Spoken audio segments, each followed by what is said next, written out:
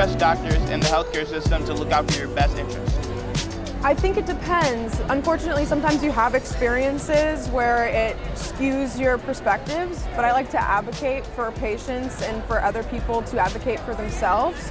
So I like to put my trust within healthcare providers, but then also keep an eye and an ear out for people that might not have as much trust, because it's very much reasonable and valid that people might have mistrust within healthcare providers, and I want to try to help rebuild that trust.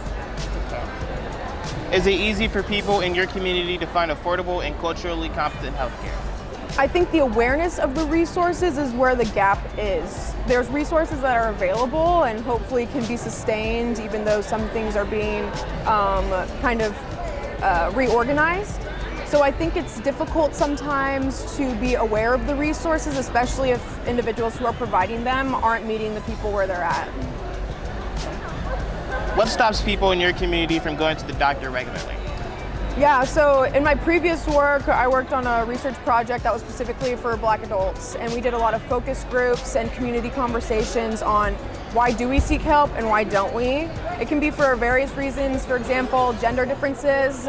Some people who might be more masculine might be hesitant to seek help.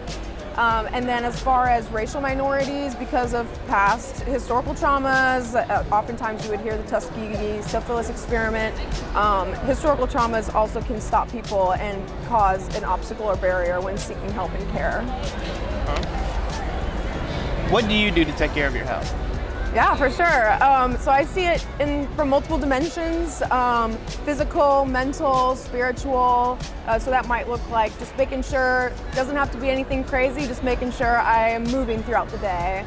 Or if I don't have time to do something like go to a gym, which can be a pretty big effort, just walking outside while the weather's nice.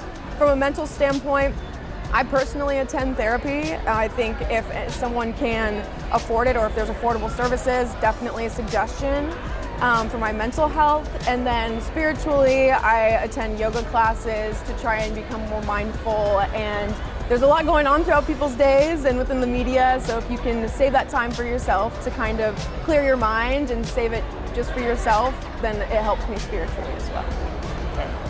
Who is someone in your life who inspires you to stay healthy or informed? Yes, that would be, oh my gosh. Luckily, I had a lot of people come to my mind just now. I would say my mom. She is an ICU nurse. She's been a nurse night shifts for over 30 years, and she has just always encouraged me to advocate for myself from a patient perspective, since she has so much experience with care. And with that experience, I'm able to help advocate and empower other people to do the same thing. Okay. If you could change one thing about healthcare in your community, what would it be? One thing, I think increasing wraparound services so that individuals can not only have access to these services, but be able to even get to these services. So whether that be transportation or more case management and individualized care, so that individuals can be connected to the resources they need. And in addition to that, also encouraging different providers and different services to integrate and work together so that they know who they should refer to and where when someone needs assistance that might be out of their field. And how can we help the next generation grow up healthier and stronger? Yeah, I think education is a big thing, but what that might look like, you have to go to the community. You can't just say, hey, we need to do this, we need to do A, B, and C. You need to meet people where they're at, and most of the times that is in normal settings, whether that be community centers, events, churches, things like that.